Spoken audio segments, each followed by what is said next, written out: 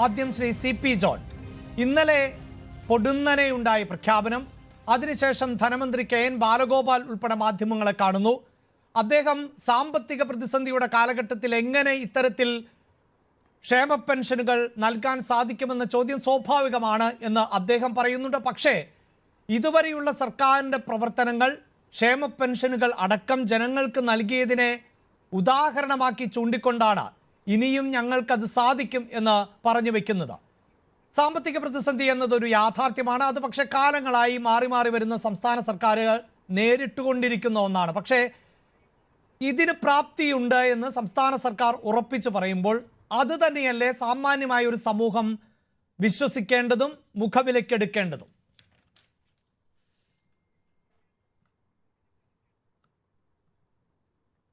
ഇത് വിശ്വാസത്തിൻ്റെയും അവിശ്വാസത്തിൻ്റെയും നിരീശ്വരവാദത്തിൻ്റെയും ഒന്നും പ്രശ്നമല്ല. ഇത് പണത്തിൻ്റെ കാര്യമാണ്. ആദ്യമായി തന്നെ ഒരു കാര്യം പറയാം. ഒരു ഗവൺമെൻറ് ഇവിടെ സാധാരണക്കാർക്ക് പണം കൊടുക്കും എന്ന് പറഞ്ഞാൽ അതിനെ സ്വാഗതം ചെയ്യുകയാണ്. ഞാൻ മാത്രമല്ല, പ്രതിപക്ഷമാകെ എല്ലാവരും സ്വാഗതം ചെയ്യുകയാണ്. കാരണം ആശാ സമരം 8 മാസം പിന്നിട്ട് കഴിഞ്ഞു. അതെ, 1000 രൂപ UDFൻ്റെ പഞ്ചായത്ത് കൊടുക്കാമെന്ന് പറഞ്ഞപ്പോൾ കൊടുക്കണ്ട എന്ന് പറഞ്ഞ ഗവൺമെൻറ് ഇപ്പോൾ 1000 രൂപ കൊടുക്കുന്നു. വളരെ നന്നായി. അതേപോലെ തന്നെ പാചക തൊഴിലാളികൾക്ക് കൊടുക്കുന്നു, സ്കീം തൊഴിലാളികൾക്ക്, അംഗൻവാടിക്കാർക്ക് കൊടുക്കുന്നു. തൊഴിലാളികൾക്കുള്ള ആനുകൂല്യമാണ്. അപ്പോൾ അതിലൊക്കെ നമ്മൾ യൂണിയനുകളായിട്ട് ബന്ധപ്പെട്ട് പ്രവർത്തിക്കുന്ന എന്നെ പോലുള്ള ആളുകൾക്ക് വളരെ സന്തോഷമാണ്. കാരണം അവർക്ക് ആ പൈസ കിട്ടട്ടെ. അതേപോലെ തന്നെ പുതിയ സ്കീം പ്രഖ്യാപിക്കുന്നു. 31 ലക്ഷത്തിലധികം ആളുകൾക്ക് 3800ഓളം കോടി രൂപയുടെ അധിക വരുമാനത്തിൽ അധിക ചെലവോട് കൂടിയിട്ടുള്ള സ്ത്രീകൾക്ക് വേണ്ടിയിട്ടുള്ള സ്പെഷ്യൽ പാക്കേജ് പ്രഖ്യാപിക്കുന്നു. നിരവധി കാര്യങ്ങൾ പ്രഖ്യാപിക്കുന്നു. എല്ലാം കൂടെ നോക്കുമ്പോൾ ഞങ്ങൾ കണക്കൂട്ടി നോക്കിയപ്പോൾ ഏതാണ്ട് 16,000 കോടി രൂപയുടെ അധിക ചെലവാണ് ഒരു വർഷം വേണ്ടി വരുന്നത് എന്ന് കാണാൻ സാധിക്കും. 16,000 കോടി രൂപ. അതിൻ്റെ ഫിനാൻഷ്യൽ മെമ്മോറാണ്ടം എന്ന് പറയുമ്പോൾ അതിൻ്റെ ഒരു സൈഡ് മാത്രമേ ഉള്ളൂ, ചെലവിൻ്റെ സൈഡ് മാത്രമേ ഉള്ളൂ, വരവിൻ്റെ സൈഡ് കാണാനില്ല. ഒരു ബജറ്റിൽ നമ്മൾ സാധാരണ പറയുന്ന സമയത്ത് നമുക്ക് വരവ് ഇത്രയാണ്, ഇതിൽ നിന്ന് പ്രതീക്ഷിക്കുന്ന വരുമാനം ഇത്ര, ചെലവാക്കുന്ന തുക ഇത്ര, അതിൻ്റെ അന്തരം ഇത്ര, അതിൽ ലോൺ എടുക്കുക, അങ്ങനെയൊക്കെയാണല്ലോ പറയുക. ഇവിടെ 16,000 കോടിയുടെ അധിക ചെലവുകൾ പ്രതീക്ഷിക്കുന്ന ഒരിടക്കാല ബജറ്റാണ് ഇന്നലെ പിണറായി വിജയൻ മുഖ്യമന്ത്രി എന്ന നിലയ്ക്ക് പ്രഖ്യാപിച്ചിട്ടുള്ളത്.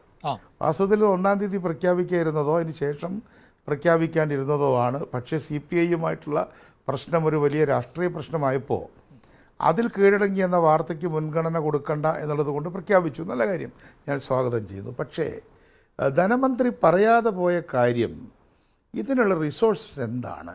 ഇപ്പോൾ പെൻഷൻ്റെ കാര്യത്തിൽ അവരൊരു കമ്പനി രൂപീകരിച്ചു. ആ കമ്പനി ഇപ്പോൾ 1000 കോടി രൂപ ഇതിനകം തന്നെ കമ്പനി എന്നുള്ള നിലയ്ക്ക് കടം വാങ്ങിയിരിക്കുകയാണ്, അവരുടെ കടമായിട്ട്. ആ കടം എടുത്തിട്ട്, ആ പൈസ എടുത്തിട്ടാണ് ഇപ്പോൾ കൊടുക്കുന്നത്. ഇനിയും ആ എത്ര കോടി രൂപ അവർ കടം എടുക്കും, അവർക്ക് കടം കിട്ടുമോ? അപ്പോൾ ആ കടം എന്ന് പറയുന്നത് അവിടെ ക്രിട്ടിക്കൽ ക്വസ്റ്റ്യൻ. ഇപ്പം 3% ധനക്കമ്മി എന്നുള്ളത് GSDPയുടെ 3% ധനക്കമ്മി പാടുള്ളൂ എന്നുള്ളിടത്ത് ബാലഗോപാൽ വളരെ സ്ട്രിക്റ്റായിട്ട് പാലിച്ചു പോയിട്ടുള്ളൊരു ധനമന്ത്രിയാണ്. ഇത് നടപ്പാക്കുമ്പോൾ കേരളത്തിൻ്റെ ധനക്കമ്മി എത്രയായിരിക്കും? ഇതൊന്നും പറയാതെ ഞങ്ങൾക്ക് ആത്മവിശ്വാസമുണ്ട്, ഞങ്ങൾ അങ്ങനെ അടിച്ചു കയറിക്കൊണ്ടിരിക്കുകയാണെന്നൊക്കെ പറയുന്ന പ്ലാറ്റിറ്റ്യൂഡ്സ് പറയുക, അല്ലെങ്കിൽ ഞങ്ങൾ വളരെ ശക്തരാണ്, നമുക്ക് ആത്മവിശ്വാസമുണ്ട് എന്നൊക്കെ പറഞ്ഞാൽ അത് അംഗീകരിക്കാൻ, ഇത്തരം കാര്യങ്ങളുടെ കണക്കുകൾ നോക്കാനും അത് അത്തരം ഒരു രംഗത്ത് ഇടപെടാനും കഴിഞ്ഞിട്ടുള്ള ആളുകൾക്ക് അത് ഒരു നല്ല കാര്യമായിട്ട്, അല്ലെങ്കിൽ കൃത്യമായൊരു കാര്യമായിട്ട് തോന്നുന്നില്ല.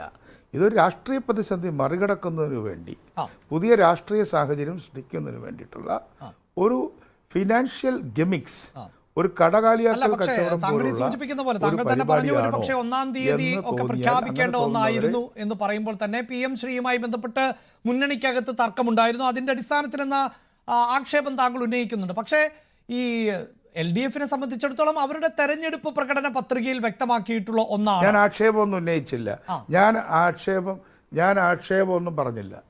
അതെ, പ്രകടന പത്രിക നടപ്പാക്കേണ്ടത് അധികാരത്തിൽ വന്ന് 6 മാസം കഴിയുമ്പോഴെങ്കിലുമാണ്, അല്ലെങ്കിൽ 1 വർഷം കൊണ്ടാണ്. 6 മാസം ബാക്കിയുള്ളപ്പോൾ പ്രകടന പത്രിക നടപ്പാക്കുക എന്ന് പറഞ്ഞാൽ അത് അടുത്ത തെരഞ്ഞെടുപ്പിന്റെ പ്രകടന പത്രിക എന്ന് മാത്രമേ അത് വായിക്കാൻ കഴിയുള്ളൂ. അല്ല, നമുക്ക് അങ്ങനെ 6 മാസം കൂടിയല്ലേ ഉള്ളൂ. അപ്പൊ അതുകൊണ്ട് 5 വർഷം, അതായത് ഒരു മുന്നണി അധികാരത്തിലേറിയാൽ അടുത്ത 5 വർഷം സാങ്കേതികമല്ല, രാഷ്ട്രീയമാണല്ലോ. പ്രകടന പത്രിക.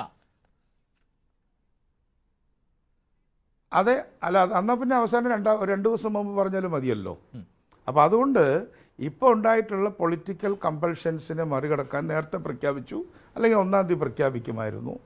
ഇതൊക്കെ പ്രഖ്യാപിക്കുമ്പോൾ ഇത്രയും നാളത്തെ ഗവൺമെൻറ്റിൻ്റെ റെക്കോർഡ് എന്താ? ഗവൺമെൻറ്റിൻ്റെ റെക്കോർഡ് 17 മാസമായിട്ട് നിർമ്മാണ തൊഴിലാളി ക്ഷേമനിധി പെൻഷൻ മുടങ്ങിക്കിടക്കുകയാണ്. അതിന് 900 കോടി കൊടുക്കുമെന്ന് ഇപ്പോൾ ഇതിൽ പറഞ്ഞിട്ടുണ്ട്. 17 മാസമായിട്ട് മുടങ്ങിക്കിടക്കുകയാണ്. ക്ഷേമ പെൻഷനുകൾ മുടങ്ങിയിട്ടുണ്ട്. അതുപോലെ നിരവധി കാര്യങ്ങൾ. എന്തിനു പറയും? നെൽകൃഷിക്കാരുടെ കാര്യം. നെൽകൃഷിക്കാരുടെ കാര്യം, ചിങ്ങത്തിൽ കൊയ്ത നെല്ലിന് മകരത്തിൽ പോലും വില കൊടുത്തിട്ടില്ല. അപ്പം ഇതൊക്കെ ചെയ്യാത്ത ഗവൺമെൻറ് പറയുമ്പോൾ സംശയമുണ്ട്. ഇപ്പോൾ കോട്ടയത്ത് നിന്ന് എക്യുപ്മെൻറ്റുമായിട്ട് അവിടുത്തെ കമ്പനിക്കാർ പോയി എന്നാണ് പറയുന്നത്, സ്റ്റെൻഡ് ഇടുന്ന എക്യുപ്മെൻറ്റ്. അപ്പോൾ അതുകൊണ്ട് വലിയ ക്രൈസിസിൽ നിൽക്കുകയും പ്ലാൻ മുഴുവൻ വെട്ടിക്കുറച്ചു. 30,000 കോടി രൂപയുടെ പ്ലാൻ വെട്ടിക്കുറച്ച ഗവൺമെൻറ്റാണ്.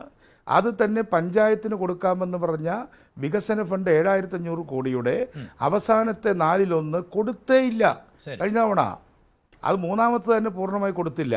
അപ്പോൾ ഈ ഗവൺമെൻറ്റിൻ്റെ ട്രാക്ക് റെക്കോർഡിൽ പദ്ധതി പ്രവർത്തനങ്ങളാകെ വെട്ടിക്കുറച്ചതുപോലെ ഇപ്പം പ്രഖ്യാപിച്ച 32,000 കോടിയും ഒരു 16,000 വെട്ടിക്കുറച്ചാൽ ഈ 16,000 കൊടുക്കാം. ശരി, ഞാൻ താങ്കളിലേക്ക് വരാം. ഡോക്ടർ ഗോപൻ, ഞാൻ വളരെ പെട്ടെന്ന് തിരികെ എത്താം. ഡോക്ടർ ഗോപൻ, ഇന്നലെ തന്നെ ഈ പ്രഖ്യാപനങ്ങൾ ഉണ്ടായതിന് തൊട്ടു പിന്നാലെ ധനമന്ത്രി മാധ്യമങ്ങളെ കണ്ടതാണ്. പക്ഷേ അദ്ദേഹം അങ്ങനെ ഒരു ഡേറ്റകളുടെ വിശദാംശങ്ങൾ ഒന്നും നൽകാൻ തയ്യാറായില്ല. അദ്ദേഹം മാധ്യമ പ്രവർത്തകരുടെ ഭാഗത്ത് നിന്നുണ്ടാകാൻ സാധ്യതയുള്ള ചോദ്യം അത് സ്വയം ഉദ്ധരിച്ചുകൊണ്ടാണ് അദ്ദേഹം മറുപടി നൽകിയത്. സംശയമുണ്ടാകാം എവിടെ നിന്നെടുത്ത് നൽകും എന്നുള്ളത്. പക്ഷേ അങ്ങനെ കൃത്യമായ ആത്മവിശ്വാസം ഉണ്ട്. സർക്കാരിൻ്റെ ചെലവുകളിൽ, അതായത് കൂടുതൽ തുക ചെലവഴിക്കാനുള്ള ശേഷി ഇപ്പോൾ സർക്കാരിനുണ്ട് എന്നൊക്കെ പറയുമ്പോഴും ശ്രീ CP ജോൺ ഉന്നയിക്കുന്നത് പോലെയുള്ള ചോദ്യങ്ങൾ പ്രസക്തമാകുന്നില്ലേ? ഒരു ഭാഗത്ത് ചെലവ് കൂടുന്നു, അതേസമയം വരവ് എന്നത് എവിടെ എന്ന് കാണിക്കാൻ പറ്റാത്ത സാഹചര്യം ഉണ്ടാകുന്നു. ഇപ്പോൾ തന്നെ പ്രതിസന്ധി നേരിടുന്ന സാഹചര്യത്തിൽ ഇനിയും കടമെടുക്കുക എന്നതിന് വലിയ പരിധി ഉണ്ടാകുന്ന ഒരു സാഹചര്യം. അപ്പോൾ ഈ പെൻഷൻ പ്രഖ്യാപിക്കുന്നു, അതിനിപ്പോൾ ഈ സർക്കാരിൻ്റെ കാലാവധി അവസാനിക്കാൻ ഏതാനും മാസങ്ങളേ ഉള്ളൂ എന്ന് താങ്കൾക്കും ബോധ്യമുള്ളതാണ്. അപ്പോൾ ഒരു ഇലക്ഷൻ ബമ്പർ എന്ന നിലയിൽ തന്നെയുള്ള ഒരു പ്രഖ്യാപനമെന്ന് പ്രതിപക്ഷം വിമർശിക്കുമ്പോൾ അതിന് കൃത്യമായ മറുപടി നൽകാൻ സാധിക്കുമോ? ശ്രീ അഭിലാഷ, ഇവിടെ സംസ്ഥാന ഗവൺമെന്റിന്റെ നേരിട്ടുള്ള തെരഞ്ഞെടുപ്പ് വരുന്നത് 6 മാസം കഴിഞ്ഞിട്ടാണ്. അതായത് 5 വർഷത്തെ കാലയളവിനുള്ളിൽ സംസ്ഥാന ഗവൺമെന്റിന്റെ മുമ്പിൽ ഇനി ഒരു ഇലക്ഷനിലേക്ക് 200ഓളം ദിവസങ്ങൾ ബാക്കി കിടക്കുകയാണ്. 6 മാസത്തിലധികം ബാക്കി കിടക്കുകയാണ്. ശരിയാണ്. കഴിഞ്ഞ കുറച്ച് വർഷങ്ങളായി ഈ പറഞ്ഞ ഇവിടെ ബഹുമാനപ്പെട്ട ധനകാര്യമന്ത്രി പ്രഖ്യാപിച്ച എല്ലാ കാര്യങ്ങളിലും ക്രമേണ വർധന കഴിഞ്ഞ കുറച്ച് നാളുകളായിട്ട് വന്നുകൊണ്ടിരുന്നതാണ്. ഉദാഹരണത്തിന് ക്ഷേമ പെൻഷൻ, പിണറായി ഗവൺമെന്റ് അധികാരത്തിലേൽക്കുമ്പോൾ ക്ഷേമ പെൻഷന്റെ തുക കൊടുത്തുകൊണ്ടിരുന്നതല്ല, അതിൽ പ്രഖ്യാപിക്കപ്പെട്ട തുക 600 രൂപയാണ്. അത് കൊടുത്തുകൊണ്ടിരുന്ന തുകയല്ല, പ്രഖ്യാപിച്ച തുക 600 രൂപയാണ്.